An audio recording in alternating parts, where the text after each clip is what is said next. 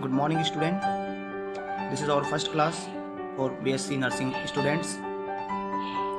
आपका study hub Khandwa coaching institute में स्वागत है। ये हमारी फर्स्ट डेमो क्लास है। ये जो क्लास है BSc नर्सिंग स्टूडेंट्स के लिए स्पेशली मेड की गई है। ठीक है, इस क्लास में हम इंग्लिश ट्रांसलेशन पर फोकस करेंगे। ये इंग्लिश ट्रांसलेशन की डेमो क्लास है। This is our first demo class. इस क्लास में हम आपको सेंटेंस फॉर्मेशन क्या होता है, किसी भी इंग्लिश के सेंटेंस को हिंदी में कैसे ट्रांसलेट किया जाता है, इसके बारे में हम इसमें जानेंगे। ठीक है, before starting the class I would like to give some suggestions for improving your English. मैं कुछ सजेशन देना चाहूँगा जिससे कि आप अपनी इंग्लिश को इम्प्रूव कर पाओगे।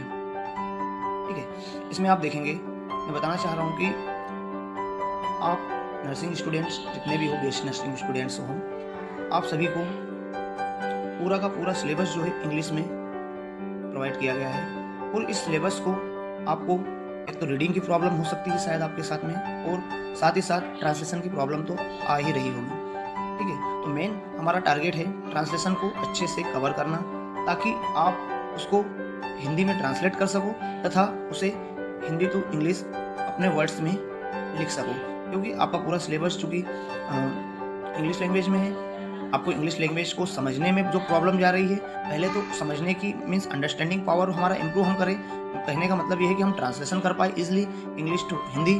ठीक है, और सेकेंड, ट्रांसलेशन हो जाने के बाद अब हम हिंदी से इंग्लिश सेंटेंस का फॉर्मेशन कैसे करें। ठीक है, कुल मिला के ये है कि ये पूरा का पूरा सेशन जो चलेगा इसमें बैक टू बैक आपको क्लासेस प्रोवाइड की जाएगी।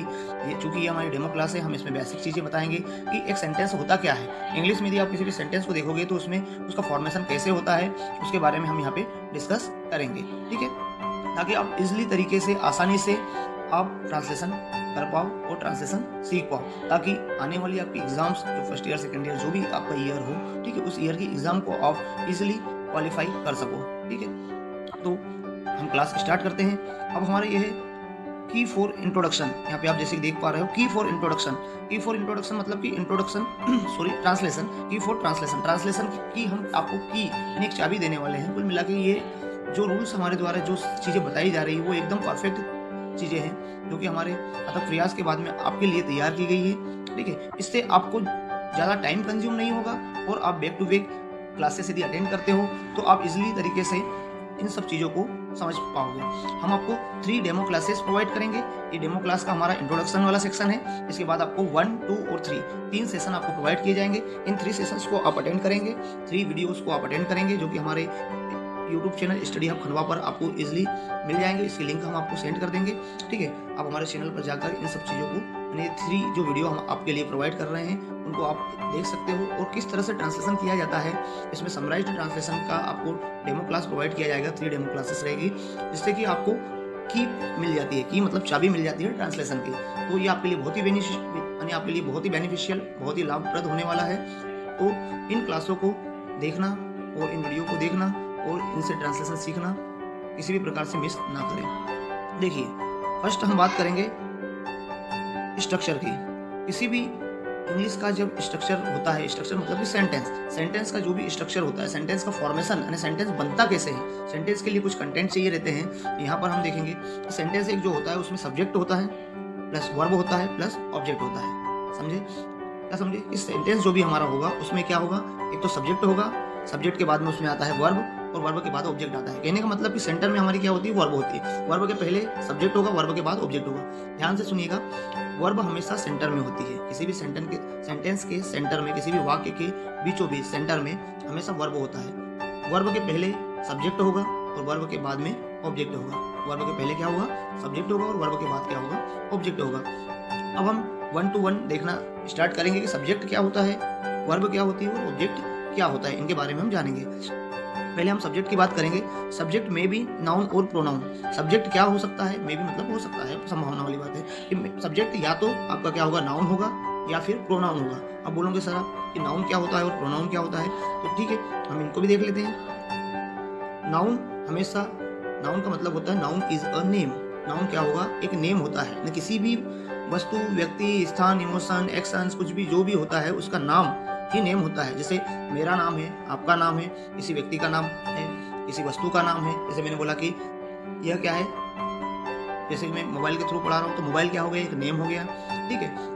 मैंने आपका नाम पूछा तो आपका नाम क्या हो जाएगा, एक नेम यानी नाउन हो जाएगा। तो नाउन क्या होता है, नेम होता है, नेम क्या होता है, नाउन होता है। यानी किसी भी वस्तु, व्यक्ति या स्थान के नाम को हम क्या बोलेंगे, नाउन बोलेंगे, जैसे संज्ञा होती है, ठीक है। और प्रोनाउन क्या होता है, pronoun is a word which is used in place of noun, यानी जो शब्द नाउन की जगह पर यूज किए जाएंगे, संज्ञा की जगह पर यूज किए जाएंगे, उन्हें क्या कहेंगे, प्रोनाउन। प्रोनाउन मतलब कि सर्वनाम, हिंदी में से सर्वनाम कहते हैं और नाउन को संज्ञा कहते हैं। तो संज्ञा की जगह पर जो शब्द यूज किए जाते हैं, इस्तेमाल किए जाते हैं, उसको क्या बोलते हैं, प्रोनाउन। इंग्लिश में ही, I, we, you, they, he, she, ये क्या हो जाएंगे, हमारे प्रोनाउन कहलाते हैं। यानी हम किसी व्यक्ति का नाम ना लेकर, मैंने अभी राम, यदि किसी व्यक्ति का नाम है राम और राम ना बोलकर मैं उसे क्या बोल सकता हूँ, ही बोल सकता हूँ। मैं अपना नाम ना लेकर मैं क्या बोल सकता हूँ, आई।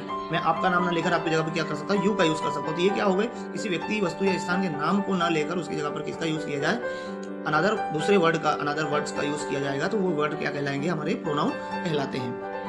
अब सेकेंड में हम देखेंगे ऑब्जेक्ट।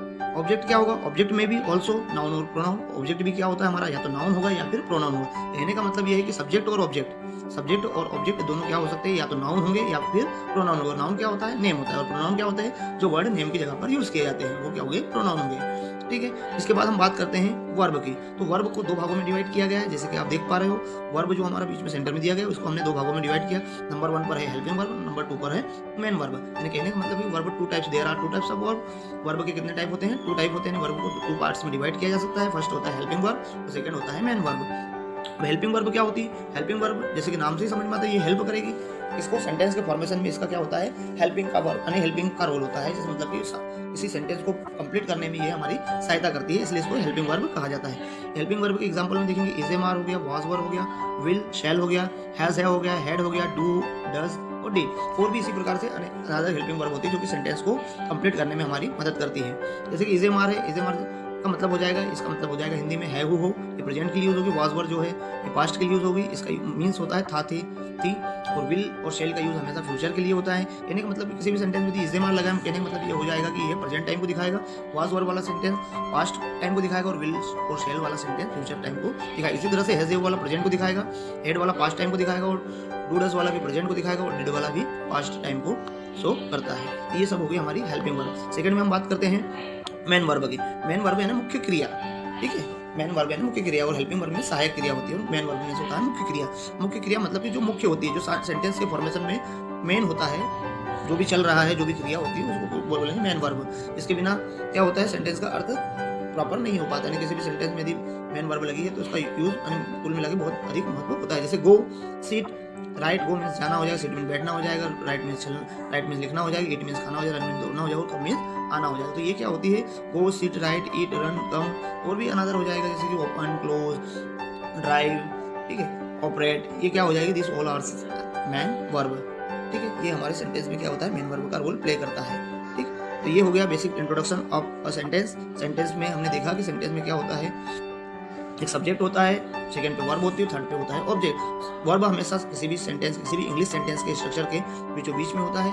उसके पहले वाला जो भी होगा वो सब्जेक्ट होगा, उसके बाद में जो होगा वो क्या होगा, ऑब्जेक्ट होगा। और सब्जेक्ट हमारा क्या होता है, या तो नाउन होगा या प्रोनाउन होगा, और ऑब्जेक्ट भी नाउन या प्रोनाउन होगा। नाउन क्या होता है, noun is a name, noun क्या होता है, नेम होता है। और प्रोनाउन क्या होता है, प्रोनाउन नाउन की जगह पे यूज किए जाने वाले वर्ड, जैसे I, we, you, they, he, she, name, his, her, your, yours, ये सब क्या हो जाएंगे हमारे हेल्पिंग, सॉरी ये हमारे सब क्या हो जाएंगे, प्रोनाउन हो जाएंगे।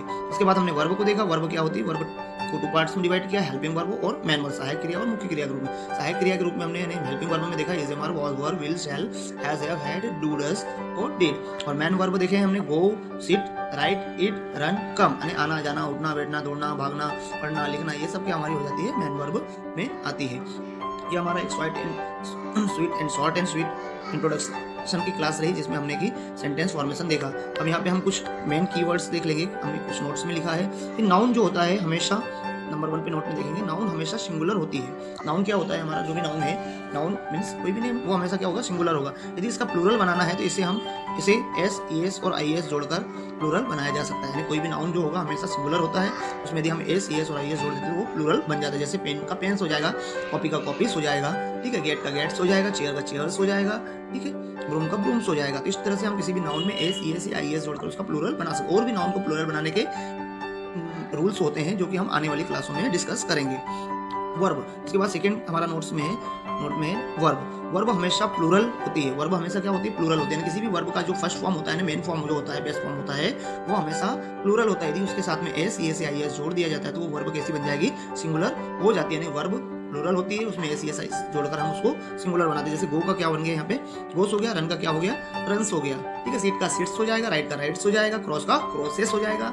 ठीक है। इस तरह से हम किसी भी वर्ब में यदि एस, ई एस और आई एस जोड़ते हैं तो वो वर्ब क्या हो जाती है? सिंगुलर होती है।